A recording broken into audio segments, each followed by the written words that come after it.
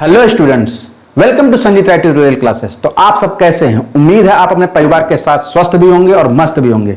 तो इसी स्वस्थ और मस्ती को मैंने अपनी टैगलाइन बनाते हुए लिखा है कि आप अपने परिवार के साथ रहें स्वस्थ और संजीत राय ऑनलाइन क्लास के साथ रहें मस्त। तो चलिए इन्हीं सब बातों के साथ हम अपने टॉपिक को क्या करते हैं, आगे बढ़ाते हैं। तो जैसे कि आज देख रहे हैं कि हमारा टॉपिक है cell, a basic unit of life.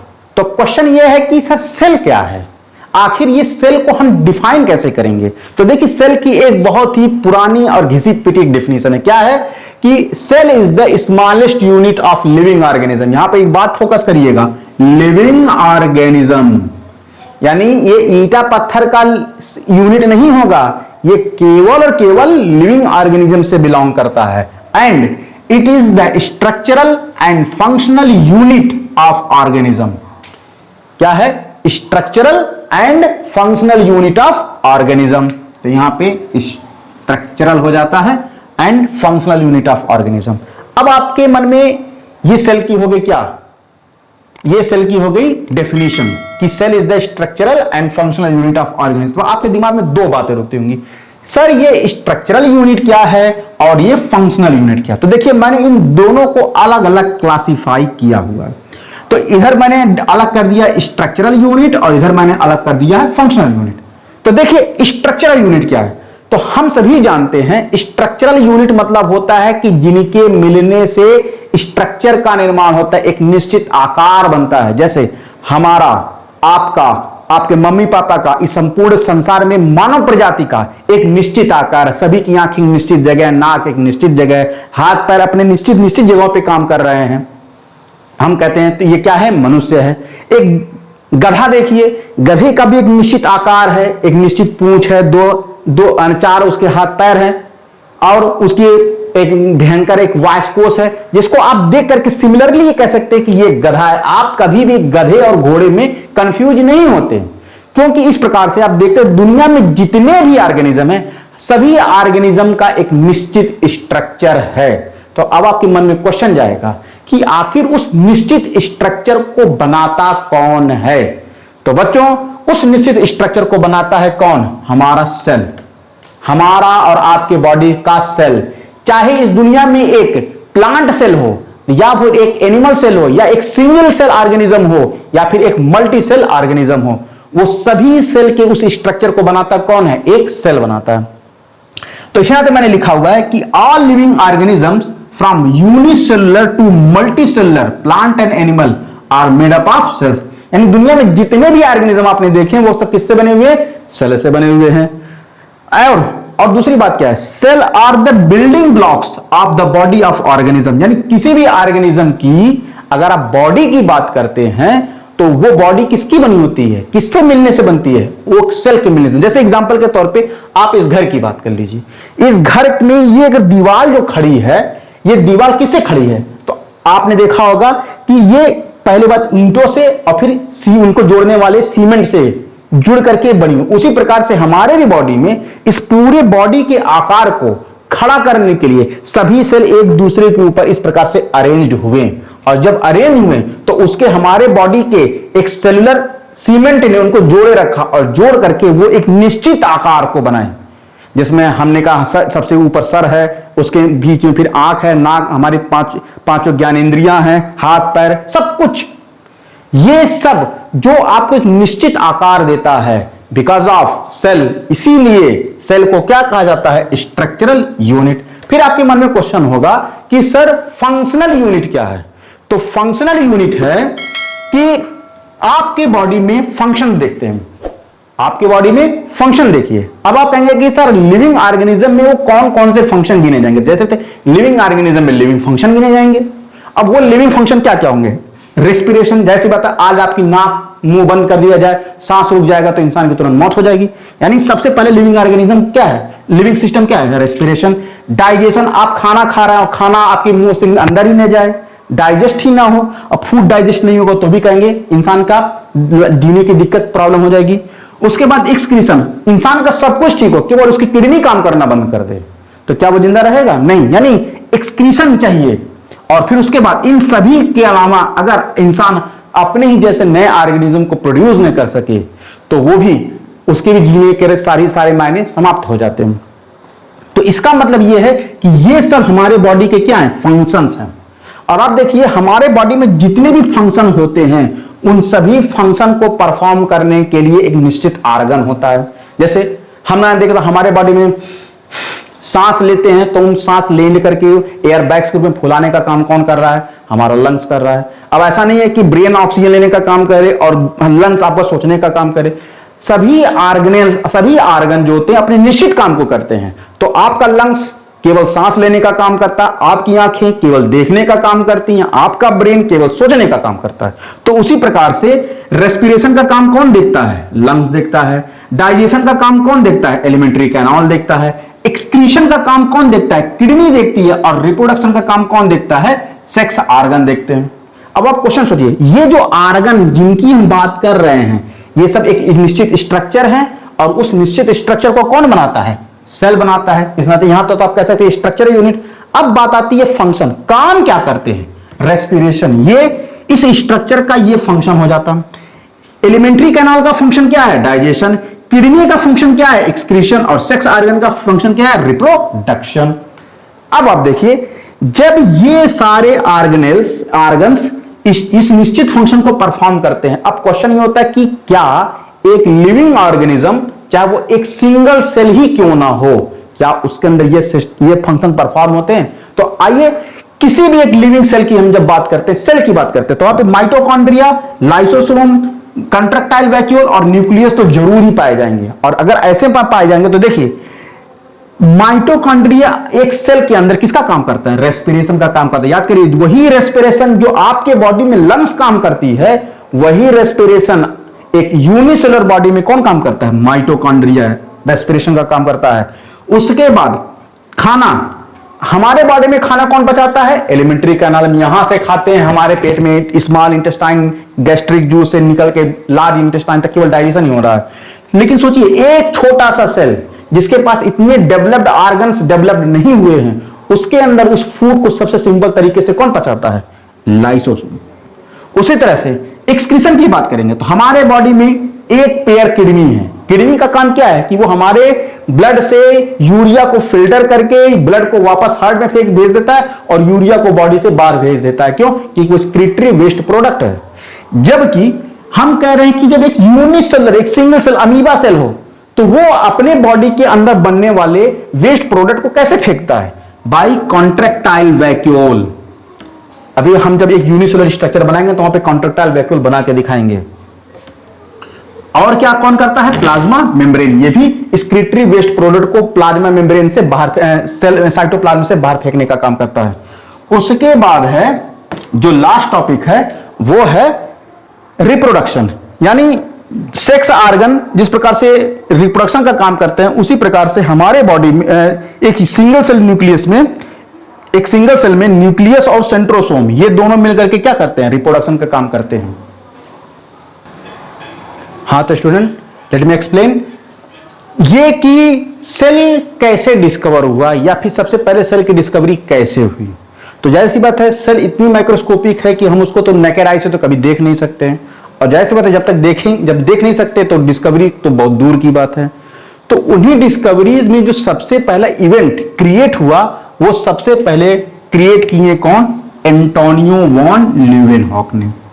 Antonio von Leeuwenhoek जो थे उन्होंने एक सबसे पहले एक कंपाउंड, एक सिंपल माइक्रोस्कोप बनाया, एक लेंस का एक माइक्रोस्कोप बनाया, और वो एक लेंस एक स्क्वायर शेप स्ट्रक्चर में था और वहां पर एक छोटा सा उसमें होल था और उस होल के ठीक सामने एक छोटा सा पिन पॉइंट या स्टेज था और उसी स्टेज पर वो किसी ऑब्जेक्ट को रखते थे और वो अपने मैग्नीफाइंग लेंस से उसको इनलार्ज करके देखते थे। तो ये दुनिया का बनने वाला सबसे पहला माइक्रोस्कोप था और उन्हीं माइक्रोस्कोप की वजह से जो एंटोनियो वॉन ल्यूवेनहॉक ने बनाया तो उन्होंने तालाब के गंदे पानी, घी और ये दही के बैक्टीरिया और बहुत सारी गंदगी से बहुत सारी चीजों को उन्होंने इन्वेंट करना शुरू कर दिया। तो देखा क्या कि माने माइक्रोस्कोपिक ऑर्गेनिज्म का पूरा एक संसार है जो हमने कभी नेकेड आई से देखा ही नहीं, और इसीलिए मतलब एंटोनियो वॉन की इसी माइक्रोस्कोपिक डिस्कवरी के लिए उनको फादर ऑफ माइक्रोबायोलॉजी कहते हैं, क्योंकि उन्होंने बहुत सारे बैक्टीरिया, स्पर्म सेल्स और लैक्टोबैसिलस सेल को सबसे पहले इन्होंने देखा। इवन इन्होंने माइक्रोस्कोप से ही सबसे पहले प्लाज्मोडियम भी, प्लाज्मोडियम कर अमीबा भी देखा था। तो इस नाते इनको हम लोग कहते हैं फादर ऑफ माइक्रोबायोलॉजी कहते हैं। लेकिन अभी भी सेल की डिस्कवरी नहीं हुई। तो सेल की डिस्कवरी के लिए जो दूसरा इवेंट जो क्रिएट हुआ वो है रॉबर्ट हुक ने। रॉबर्ट हुक इन्हीं से इंस्पायर्ड होकर के, एंटोनियो वान लीeuwenhoek से इंस्पायर्ड होकर के उन्होंने क्या किया, एक combination of lens, combination of two lens, यानी यहां पर उन्होंने दो लेंस यूज किया। एक लेंस जिससे वो देखते थे और दूसरे लेंस जिससे वो चीजों को इनलार्ज करते थे। यानी जब उन्होंने दो लेंसों को आपस में इस प्रकार से कंबाइन किया कि दोनों की फोकल लेंथ इतनी ज्यादा इंक्रीज कर जाए कि कोई ऑब्जेक्ट अपने नॉर्मल साइज से करीब 5000 टाइम्स बड़ा दिखाई दे, बिकॉज ऑफ हायर मैग्निफिकेशन। तो उन्होंने उसको क्या नाम दिया, उसको उन्होंने कंपाउंड माइक्रोस्कोप दिया। तो अंत में हम इस बात की डिस्कवरी करेंगे कि आखिर ये कंपाउंड माइक्रोस्कोप होते कैसे हैं और वो वर्क कैसे करते हैं। हाँ स्टूडेंट्स, तो आप देख रहे हैं ये एक कंपाउंड माइक्रोस्कोप है और इसी कंपाउंड माइक्रोस्कोप की खोज सबसे पहले किसने की थी, रॉबर्ट हुक ने की थी। हालांकि इन्होंने इसकी नहीं डिस्कवरी की थी, इसी के फर्स्ट वर्जन को डिस्कवर किया था। और ये बिल्कुल रॉबर्ट हुक के माइक्रोस्कोप पर ही क्या है, बेस्ड है।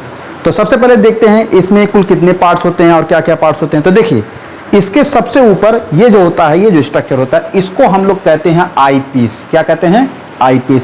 और यहां पे हम अपनी आंखें लगा करके हम किसी माइक्रो ऑर्गेनिज्म को देखते हैं। और दूसरी बात देखिए, उसके बाद यहां पर है ये आई पीस है, तो यहां पर ये स्टेज कहलाता है। और इसको हम लोग क्या कहते हैं, इसको हम लोग फोकल लेंथ कहते हैं। हाँ तो स्टूडेंट्स, मैं आपसे कह रहा था कि इसको हम लोग आई पीस कहते हैं, इसको हम लोग पूरी तरह से इसको बॉडी कहते हैं। यहां पे देख लीजिए ये इसको बॉडी कहते हैं, ये पूरा हिस्सा। और इस बॉडी के से सटा हुआ यहां पर आपको दो ऐसे नॉब दिखाई दे, इसके घूमने से आपके माइक्रोस्कोप ऊपर और नीचे होते हैं। इस नाते इसको हम लोग एडजस्टमेंट नॉब कहते हैं। और इस एडजस्टमेंट नॉब के ठीक नीचे होता है ये फाइन एडजस्टमेंट नॉब। मतलब जब हम किसी माइक्रोस्कोप को देखते हैं, माइक्रोस्कोपिक ऑब्जेक्ट को यहां से देखते हैं और वो आपको बहुत धुंधला दिखाई देता है, तो हम इससे उसको एडजस्ट करके उसको फाइन क्लीन करने की कोशिश करते हैं। उसके बाद यहां पर आप जो स्ट्रक्चर देखते हैं, ये इनका कहलाता है आर्म कहलाता है। और इस आर्म से सटा हुआ एक यहां पर आपको एक स्क्वायर शेप का एक स्ट्रक्चर दिखाई देता है।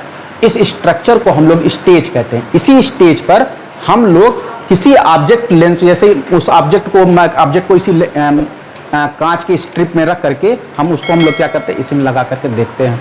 तो ये आपका हो जाता है स्लाइड। और इस स्लाइड के ऊपर ये आप इस एक पतले से फिल्म के अंदर उस माइक्रो ऑर्गेनिज्म को रखा जाता है। और उसके बाद आपने देखा होगा कि यहाँ पर ऐसे आपको दो लेंस दिखाई देंगे। आपको यहाँ पर मैं इसको थोड़ा सा क्लियर करना चाहूँगा, इस तरह से ये दो लेंस दिखाई देंगे। तो ये जो दो लेंस हैं इनको हम लोग ऑब्जेक्टिव लेंस कहते हैं। यहाँ पर एक लेंस जो होता है, वो आपका 10x का होता है और एक होता है 45x का। यहाँ पर देखिए लिखा भी होगा 45x, यहाँ पे 10x। मतलब ये किसी ऑब्जेक्ट को 10 गुना बड़ा करके दिखा सकता है ये वाला, और ये किसी ऑब्जेक्ट को 45 गुना बड़ा करके दिखा सकता है। तो इस नाते इसको हम ऑब्जेक्टिव लेंस कहते हैं। और ऑब्जेक्टिव लेंस के ठीक यहाँ पर अगर हम इसको ऐसे थोड़ा सा कर दें तो आप देखेंगे कि यहाँ पर आपको दो स्ट्रक्चर दिखाई देंगे। अगर हम थोड़ा सा और क्रॉस ईयर करके ऐसे का दिखाते हैं तो यहाँ पर इस लेंस को, यहाँ पर देखिए यहाँ पर एक लेंस लगा होगा, इस लेंस को हम लोग कंडेंसर कहते हैं। और कंडेंसर के ठीक नीचे यहाँ पर आपको दो नॉब दिखा देंगे। तो यहाँ पर इसको हम लोग क्या कहते हैं, डायफ्राम कहते हैं। इसको हम लोग क्या कहते हैं, डायफ्राम कहते हैं। इसको हम लोग कंडेंसर कहते हैं, इसको हम लोग डायफ्राम कहते हैं। डायफ्राम के ठीक नीचे एक रिफ्लेक्टर लेंस लगा होता है जो बाहर के आने वाली रोशनी को वो ठीक रिफ्लेक्ट करके इसके अंदर भेजता है। और इसके अंदर जाने के बाद वो इस लेंस से निकलते हुए वो इसके अंदर एंट्री करता है और तब उसी रोशनी से हमें वो ऑब्जेक्ट यहाँ से दिखाई देता है। यानी ये कहलाता है रिफ्लेक्टर कहलाता है। और पूरा आपका माइक्रोस्कोप इन दो आर्म पे खड़ा होता है, इस नाते इसको हम लोग क्या कहते हैं, फुट कहते हैं। तो इस प्रकार से बच्चों ये हो गया है पूरे एक माइक्रोस्कोप की संरचना का वर्णन। हाँ तो स्टूडेंट्स, हम लोग आ जाते हैं अब रॉबर्ट हुक के बारे में। तो रॉबर्ट हुक ने जिस सेल की सबसे पहले स्टडी की थी, तो एक्चुअल में वो जो जिस सेल की भी उन्होंने स्टडी की थी, दरअसल में वो एक थिन स्लाइस ऑफ कार्क था। मतलब कार्क एक लकड़ी थी। ये कार्क वही लकड़ी है जिसे आपने देखा होगा आप लोगों के घरों में औरत लोग जो कोई मांगलिक कार्य लेते वो अपने पैर को एक कलर करती हैं, तो वो कलर की शीशी एक विशेष प्रकार के शीशी की बोतल में आती है, इसको हम लोग आलता कहते हैं। तो आलता में आज भी एक कॉर्क की ढक्कन लगी होती है।